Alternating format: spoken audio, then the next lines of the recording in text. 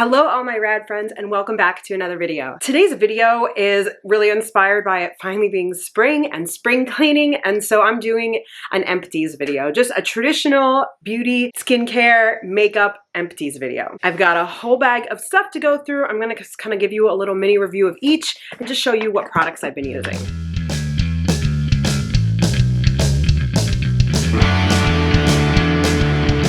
These are all things that I've used up since the beginning of the year. First is body care. I only have one item for that. That's this bottle of Necessaire body wash. I generally use like all natural soaps that I get at like the farmer's market or whatever, so I don't really have empties to show for body care often, but I did buy this a while back, and after cleaning myself like with soap, then I just sort of use this as like a fun scented thing, make my skin soft. It's not something that I use as like my primary soap, so this little bottle lasted me like a year, and this is in their eucalyptus scent, and I really enjoyed it. I also like the functionality of the top.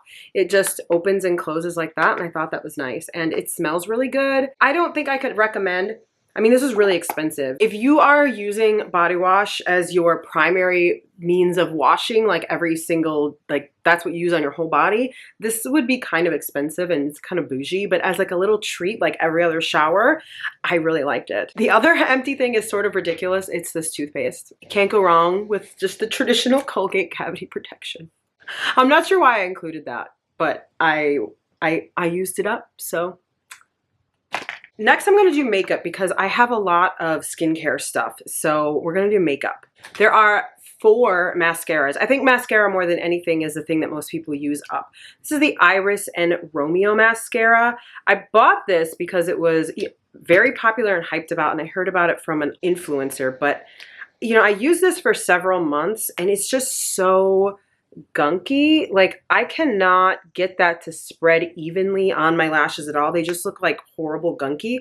I have that experience with a lot of mascaras, and I don't know, everyone else seems to love these thick gloppy mascaras, but I don't think it's supposed to be this gloppy, because the first like week I was using it, it was beautiful, and then after that it got really hard to have it look at even acceptable, just really gross and gloppy. So this reached about the 3-month point, and I think I got this last November, so in January, February-ish, I was just finally like, no, I'm done trying. Next is this Wet n Wild Mega Volume. This is what I bought to replace the Iris and Romeo with, and it was pretty good. It's a little bit, it's also dried up and thick and gloppy, but it's also, I think, kind of empty in here. So that is done. This is my OG favorite, and I love this mascara. If you can't tell from the packaging, this is the Gucci mascara, and I absolutely love it. I just cannot get on with thick, gloopy mascaras. I need something thinner, but if I want a bold look, it has to be a thin mascara that can build on itself. And this Gucci mascara can really build on itself, unlike a lot of other thinner mascaras. It doesn't flake and get crumbly when you build it on itself. I finally needed to replace it. It dried out. I was using it at the same time I was using this. Like, this is what I love to use, but I was sort of trying this out, and then I'd end up trying to taking it off and putting it on with this. This finally has reached its limit, and this is the one I'm going to repurchase. The last mascara is this blue mascara from Pat McGrath, and I don't know what it is. It's also incredibly gloopy, and I've never been ever once, even when I wore eyelash primer, have I been able to get it to actually come off and make my lashes look blue. I don't know what it is. I find that with every colored mascara though, not just Pat McGrath's. And this is just, once again, a formula that I just can't get on with, this thick gloopy formula. And it was an impulse purchase because it was on sale, and I really thought it would be fun, but it's just the formula. I can't handle the formula. The next makeup empty I have is the Refi Concealer, and I really love this. This is in the shade 6. It's a little bit pale on me when I put it on, and then it oxidizes a little bit and really kind of blends in with my skin, and the formula on this is just beautiful. Like, the finish, it really looks like your natural skin, but there is not a lot in this tube, and it's kind of expensive. I was also disappointed with how much was constantly coming out onto the edge and just not only making a mess, but I feel like just wasting a lot of product. Like, when you close it, there would be a seam of product around the edge, and I would have to wipe it off before putting it into my bag. I love the formula, but they need to figure out a better stopper or something. I don't think I'm going to repurchase this right now. I think I have been going back to using my Gucci concealer that I had that I bought last summer, and I'm using that for now. The color seems to be good, but it's just getting warm out, and I think it'll be a little bit too pale for me in the summer. I'm not sure. If I do need to purchase something, I want to try purchasing the Lisa Eldridge skin tint. I've heard the olive shade is amazing, but I'm not sure if it would be... I'm like on the edge between fair and light, and I know fair olives love it, but it might be too light for me. We'll see. The next makeup empty is the cloud paint. I did it. Look at that. There was a time when I went through at least one of these a year, and this was my only liquid blush, and so I generally use liquid. If I'm not wearing base makeup, I almost always do a liquid blush, and this was it for me for a long time. I would just buy this on repeat, but then I've gotten a lot of other products since then. I've got one from Rhode, I've got one from NARS, and this hasn't been in the rotation as much, so the last bit of it lasted forever, but this has been through the wars, you guys. It's like peeling. You can see the plastic tube underneath behind the foil. It's gross and crusty inside, but this is a good product. It looks so natural once it dries down, and it really just becomes one with the skin. I replaced it with the one from NARS, and it's good. It's not as good, and I wish I kind of hadn't gotten it. I wish I just bought this again. The last makeup empty I have is the Urban Decay All Nighter spray in the travel size. I love these travel size. They just fit in my drawer better. That's the only reason. I know it's a better value if you get a big one, but I don't actually use this often enough that, I mean, this took me like a couple years to go through, I want to say, because I just haven't been wearing makeup the last couple years due to pregnancy, little babies, etc., etc. And this is a great product. It's really great at the end of the day, end of the makeup, to just set it all in place. Okay, now we are moving on to skincare, and that's a little bit more of a bigger topic. We've got things that I've actually used up, and then we've got things that I stopped using because they just were no good for my skin. So we'll get the three that I used up out of the way. So we've got this Collagen 80 Intensive Eye Cream from Elencilia CPP. It's just a collagen eye cream. It was pretty nice. It says with golden peptides, anti-wrinkle. I don't know. There are very few eye creams I've ever used where I really feel like I did notice a difference. One of them was the Drunk Elephant eye cream, and one of them was Dr. Dennis Gross retinol eye cream, but they're both ungodly expensive, and I had to stop using the retinol while I was pregnant, so this is what I was using while I was pregnant and nursing, and it's a great formula. It feels really good. I do feel like it moisturizes nicely, so it's not a bad choice, and it's a decent price. And you get a lot. I mean, for an eye cream, that's unheard of. Usually eye creams are like the tiniest amount. Next, we have the Licorice Toner from, what is this brand? I don't know if it's called AC Well or Acwell. We use this a lot in my house, and we used up this travel size. We keep a little bag of travel size stuff, but this was getting old, so instead of using the bigger bottle we have, I went and used this, but that bigger bottle will end up in empties eventually also.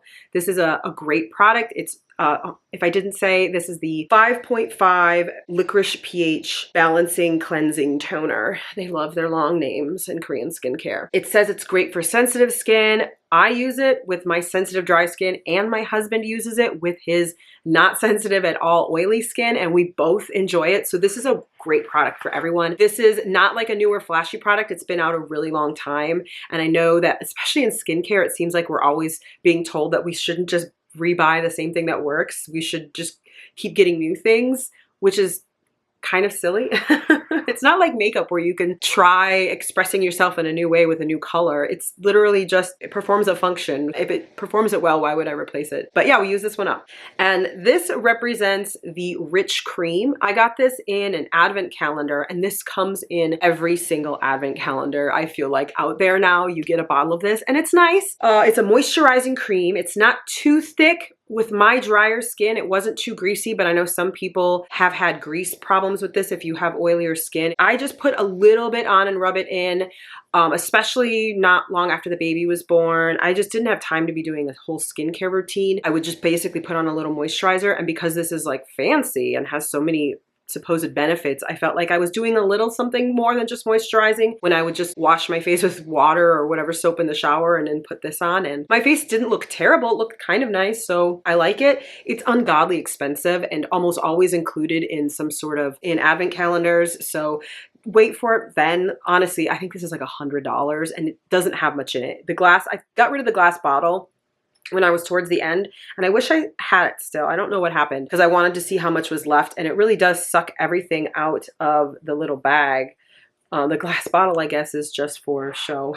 Now we're gonna get into some things that I stopped using. Okay, so at last year in the summer or maybe fall, I was sent a box of PR from the brand Mix Soon, and I have never received PR before, like never. This is a small channel. I have a few videos that have done really well, but mostly my videos get a few hundred views, and that's it, and that's fine. That's neither here nor there. The only point is that I was very surprised to get like half their skincare line in a box. I think they got my address and name from Yes Style. I have referred people to Yes Style, I think due to my eyeshadow, like finding a neutral eyeshadow palette video, and some of my other videos, I just, you know, I use products I get from Yes Style. I mention what I use, and I have a referral link if anyone wants it. I don't like do Yes Style sponsored content or whatever, but I guess they saw that I had referred some people so that they sent me this line. They sent me a lot of the stuff that's based on centella or their bean essences. So I started using all of these, and something started making my skin react. My skin just started slowly getting more and more sensitive. And every time I would do my skincare, it started to like feel like it would almost like burn a little bit. And I couldn't find out what it was. I didn't have an overnight bad reaction to something. My skin just started getting more and more sensitive. And I didn't immediately connect it with the skincare because a lot of this stuff has centella in it, which is supposed to be good for sensitive skin. And it wasn't like an immediate reaction. It was just sort of an overall bad vibes. I don't know. And I couldn't figure out what it was. And then I realized that it was probably fermented products. The more I did some more research, and even though these have a lot of centella in them, they also have a lot of fermented products in them. And I do not do well with fermented products. In the past, they've caused the same reaction, but quicker. But those were when I was using like a focused, this is a fermented product essence or toner. Whereas these, I just think they have some fermented products in them, not a lot. So my skin got really, really sensitive and red and patchy, and it was just really miserable. So I just decided to cut all of those products, all of that brand's products out of my life. So I was using the bean cleansing oil, which is my first foray into a cleansing oil, like a liquid oil. I almost always use a balm for my oil step. I have to say I really liked it. I thought it felt good. I thought my face was soft afterwards. I really liked the way it felt. Same with the Centella cleansing foam. This was supposed to be balancing my face, and I enjoyed this as well. And I actually used about 2/3 of this to 2/3 to 3/4, and there was the toner and the essence that were already used up last fall. And then I realized that this was possibly contributing to my problems. So I stopped using these, and I really stopped doing a lot of skincare in general. I also went into my cabinet. I still had this waiting for me, and I decided not to use this. The ones that had said like ferment essence on them, I had already given away. But this one, the ones I kept were the ones that said Centella Asiatica. I thought they would be okay for sensitive skin, and I think they are. Not very many people with sensitive skin have my reaction to fermented products, and that is something that has to do with, like, I go see an allergist and stuff. I have histamine problems. I think it has to do with that. Fermented items have a lot of histamines in them. But for whatever the reason, I've decided that the brand isn't for me. And it might be for you guys. They do have a lot, like I said, the mugwort essence, I think it was, I was using like a year ago or last year. I love it. It's a great product, and I never had any problems like that with that product. And I also have their hyaluronic acid essence in my cabinet still that I'll use when I am done with the current essence that I'm using, because the ingredients of that are really simple.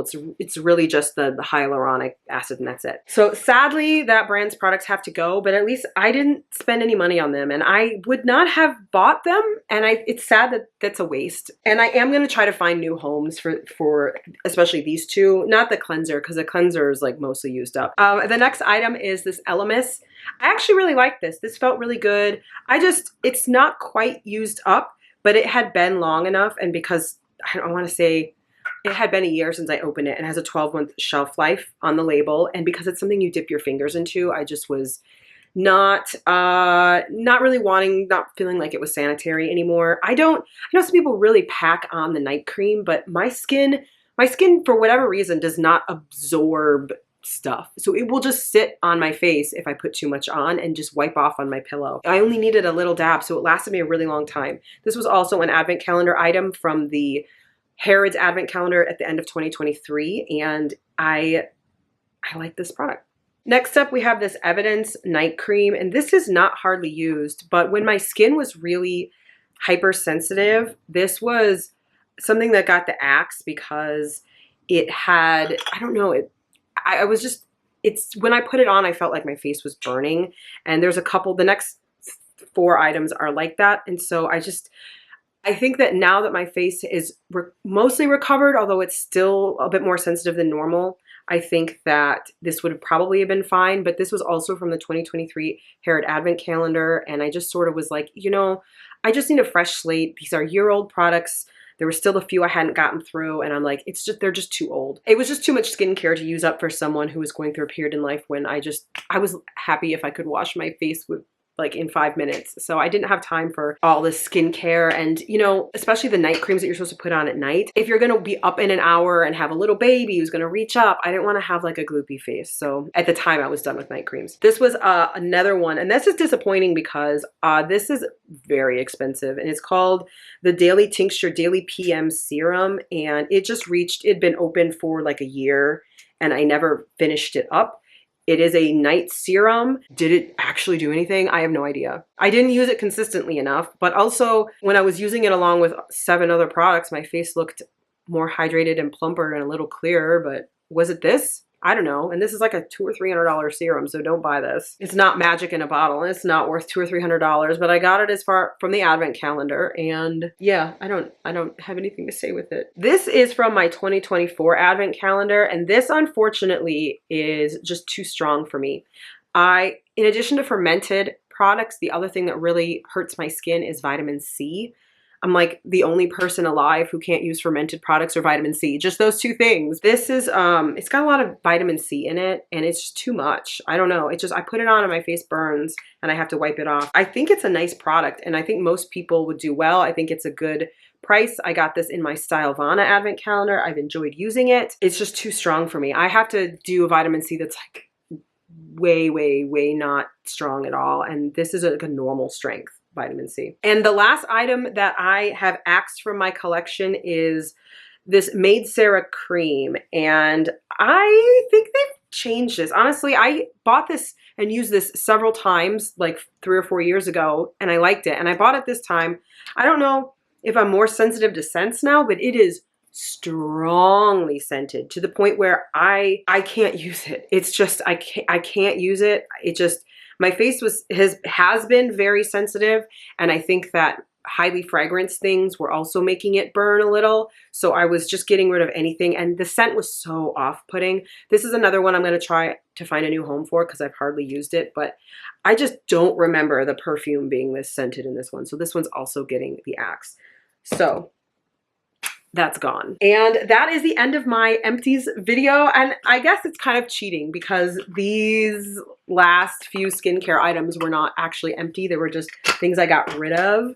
And a couple of those mascaras are empty. But I mean, is a mascara ever truly empty? I feel like it can be years old and you still put it in and something comes out. But I did use up some products. This is only 3 months worth, so maybe there'll be more in another few months and I'll do another one of these, or maybe just once or twice a year. I don't go through products. That's a good thing. Part of me is sad that I don't have more empty products, but then that's just more money that I'd have to spend to buy more stuff, so I'm not that sad. Thank you guys so much for watching this video, and I'll see you in the next one. Bye! Let's go!